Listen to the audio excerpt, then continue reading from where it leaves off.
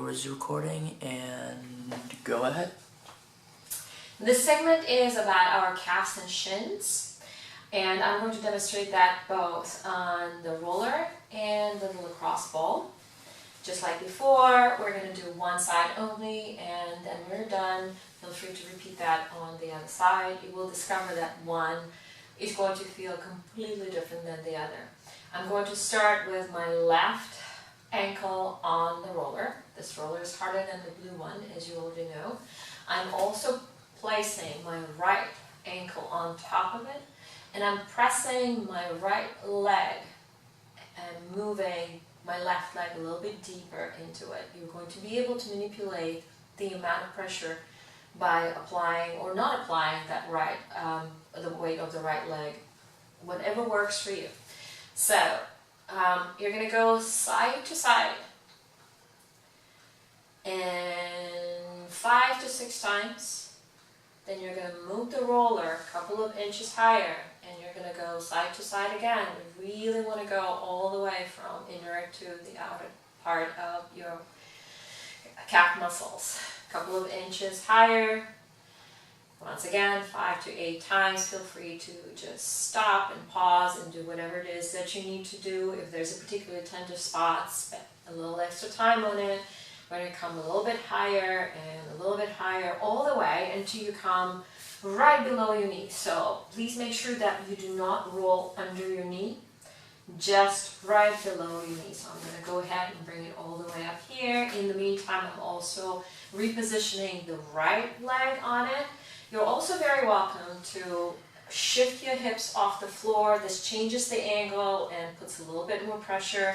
You will very, very quickly figure out exactly what works and what doesn't work. Go once again with your own breath and with the way your body feels.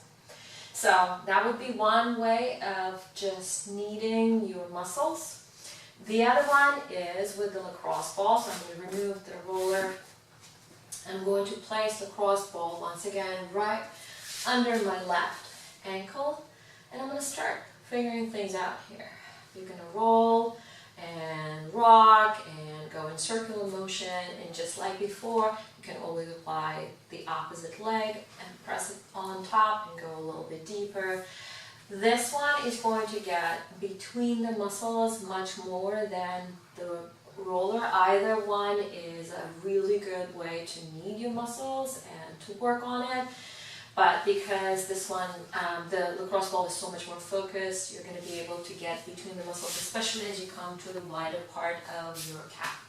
So once you have taken care of the kneading part and opened the whole thing up, you're going to move on to the right side. You're going to do that on your own. And then you're going to grab the roller once again. You won't need the lacrosse ball for this one. Watch very carefully what I'm doing here. I'm going to place my hands on the other side of the roller. I'm going to place right below my knees, my shin bones on top of the roller. My knees are very bent. My hips are sitting right on top of my heels. And very gently, I'm going to start moving a couple of inches at a time all the way from my knees to my ankles. And again, we're rolling gently, gently, gently, gently, gently as we come all the way down to the ankles. Now, when we come down all the way to the ankles, take your time. I'm moving a little faster than you should be.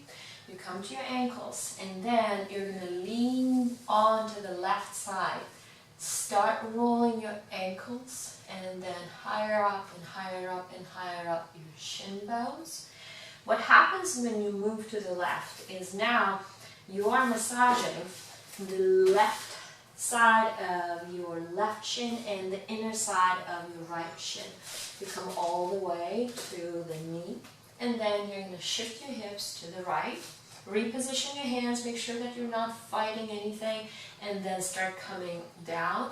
Once again, 5 to 8 times in each spot, nice and gentle, coming all the way down to your ankles once again. So, there is no lacrosse ball for this one.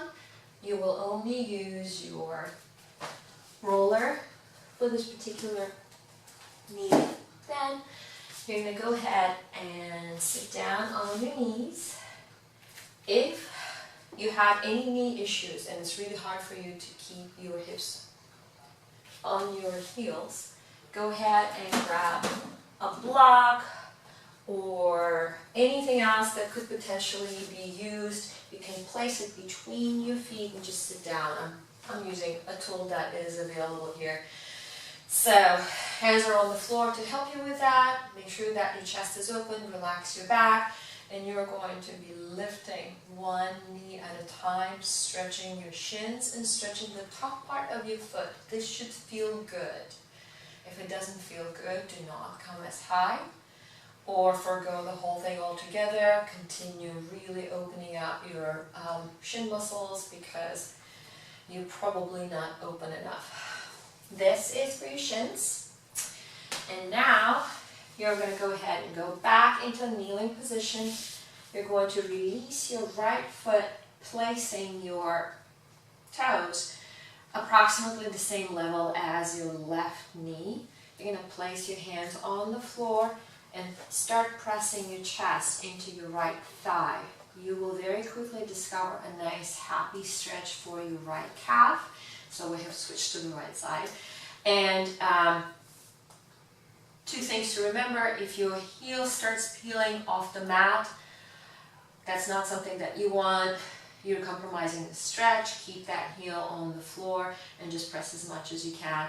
If your calves are really stretched and you are not feeling it that much, all you need to do is shift your heel a little bit farther towards your pelvic bone and start all over again. And another way of going for the stretch of the calf is placing the foot on something like a staircase, for example. You can place it on the step, place the toes on it, and then start pressing your heel down. Hold on to something. You really do not need to worry about your balancing here. The more you're pressing your body forward and the more you're pressing your heel down, the more you should be feeling the stretch in your calf. As you reach the limit to which your heel is going to go down, I want you to very gently soften your knee and then straighten it again, and soften and straighten and soften and straighten. This one is also very, very effective. And please hold your stretches no less than 30 seconds. I literally want you to envision your muscles opening up. Allow them to do that. Don't rush through these. And that is that for your shins and for your calves.